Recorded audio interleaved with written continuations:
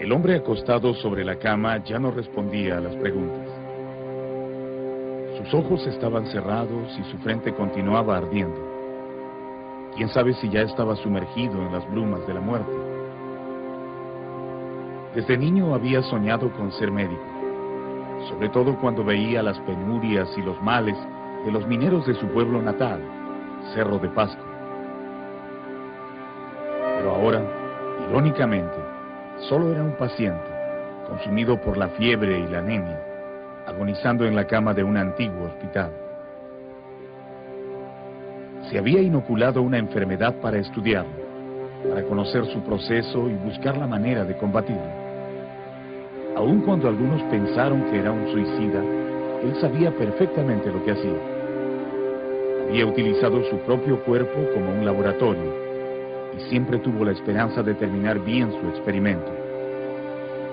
Pero el destino tenía otros planes. La enfermedad le ganó la partida y lo obligó a pagar con su vida la audacia de querer investigarlo. Sus amigos de la Facultad de Medicina que lo acompañaban veían cómo por momentos la fiebre lo llevaba a perder la conciencia y se preguntaban alrededor del lecho: ¿todavía podrá reconocernos? ¿Recordará aún su propio nombre? Repentinamente el paciente se estremece, se agita en la cama y parece que se esfuerza por decir algo. Un amigo le alcanza la tablilla que ha servido para comunicarse con él desde que perdió el habla. Y allí, con mano temblorosa, el hombre escribe sus últimas palabras.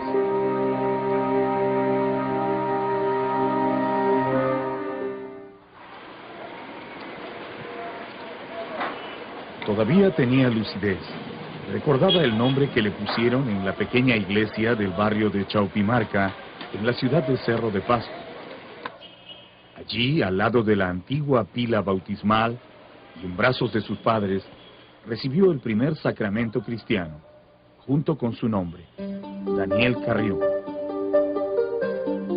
Daniel nació a solo 4 kilómetros de esta iglesia, en el pueblo platero de Quiulacocha, el 13 de agosto de 1857. Quiulacocha significa en quechua Laguna de las Gaviotas. Y hubo una época en que efectivamente cientos de gaviotas andinas se reunían a nadar y buscar alimento en esta laguna. Pero hoy, ninguna ave se detiene en sus orillas, contaminadas por los relaves. Pocos días después de su nacimiento, sus padres se trasladaron a Cerro de Pasco. La casa donde Daniel Carrión pasó sus años de niñez y primera juventud ya no existe, pero su pueblo ha construido una réplica para recordarla siempre. La original estaba en la calle de la Cruz Verde, que también ha desaparecido. La extracción de minerales es la actividad económica más importante de Cerro de Pasco. Se realiza con la técnica del tajo abierto, una operación que con los años ha formado un hoyo colosal, cuya boca crece continuamente, amenazando con devorar toda la ciudad. Antes de esta excavación, aquí se extendían peñascos y lomas de pastoreo. Una leyenda de la época colonial afirma que una noche de 1630, un pastor de ovejas llamado Santiago Guaricapcha encendió una hoguera dentro de la cueva donde había entrado para protegerse de la lluvia. Al día siguiente, entre las cenizas, descubrió algunos brillantes gramos de plata fundida. Esos primeros gramos atrajeron de inmediato a decenas de aventureros y mineros españoles que asentaron sus campamentos, ansiosos por explotar el mineral. Fue alrededor de esos campamentos donde pronto se reunió un pequeño poblado y más tarde una ciudad casi completamente dedicada a la explotación minera. En ese tiempo, los que llegaron en busca de la plata no sabían que más de un siglo atrás, antes del hallazgo de Huauricapcha, el Curacazgo de Yaro explotaba estas minas para tributar al Estado Inca.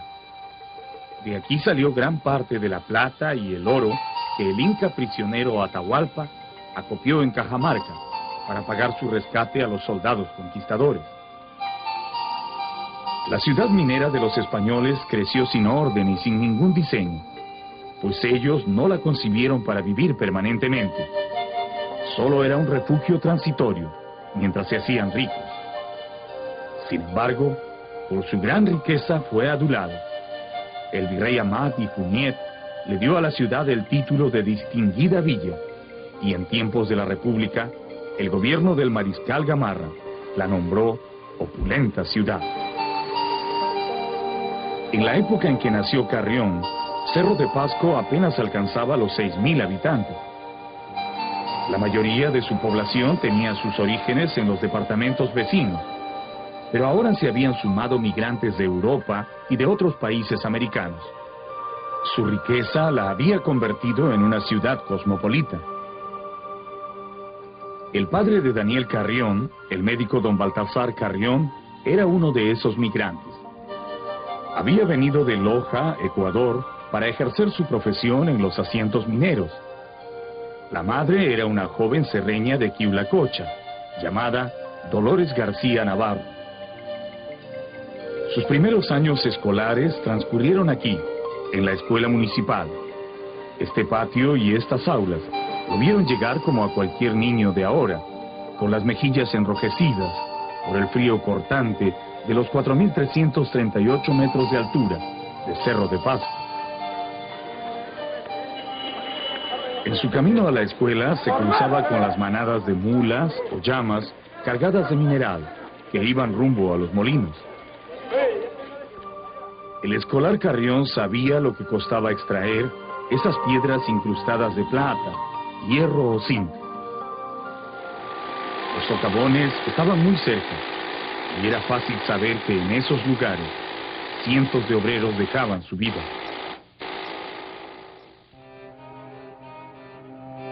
Tal vez en la escuela recibió la noticia más dolorosa de su vida. Su padre había muerto al disparársele accidentalmente una escopeta. En 1870, cuando tenía 13 años, fue enviado a Tarma a concluir sus estudios primarios e iniciar su educación secundaria. Para entonces su madre se había unido a don Alejo Valdivieso, un migrante también ecuatoriano, que llenó su carencia paterna y se convirtió en su guía y protector. Daniel Carrión jamás se refirió a él como padrastro. En el año 1873, inicia una nueva etapa en su vida. Se aleja de Cerro de Pasco y viaja a Lima a terminar su secundaria. Atraviesa a caballo la cordillera, el páramo, sus cumbres y sus asientos mineros, con rumbo a la estación del tren. ¿Qué pensaba en esas soledades?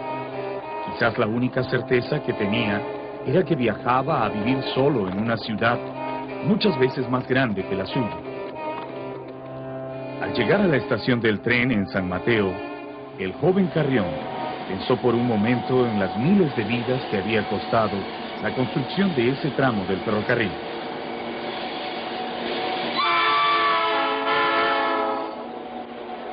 En ese tiempo, los trabajadores morían atacados por una enfermedad desconocida que producía fiebres muy altas y anemias, y algunas veces brotes verrucosos. Se le llamaba fiebre de la Oroya. Carrión, sentado en uno de los vagones, todavía no sabía que él sería uno de los paladines en la lucha contra esa enfermedad. Ahora tal vez solo trataba de imaginar cómo era la ciudad donde algún día se titularía de médico. El tren corría veloz. Pronto conocería Lima.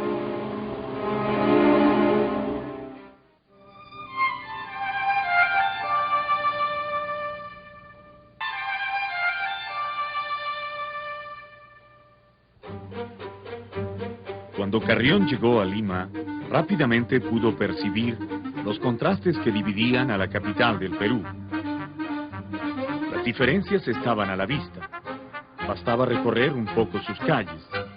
Un centro colonial de casonas con grandes puertas y balcones tallados. Y en las afueras, las viviendas rústicas donde vivía la mayoría de sus casi 100.000 habitantes, muchos de los cuales desde entonces ya se dedicaban a la venta ambulatoria. Los miembros de la clase dirigente aún conservaban los comportamientos señoriales y frívolos de la época colonial.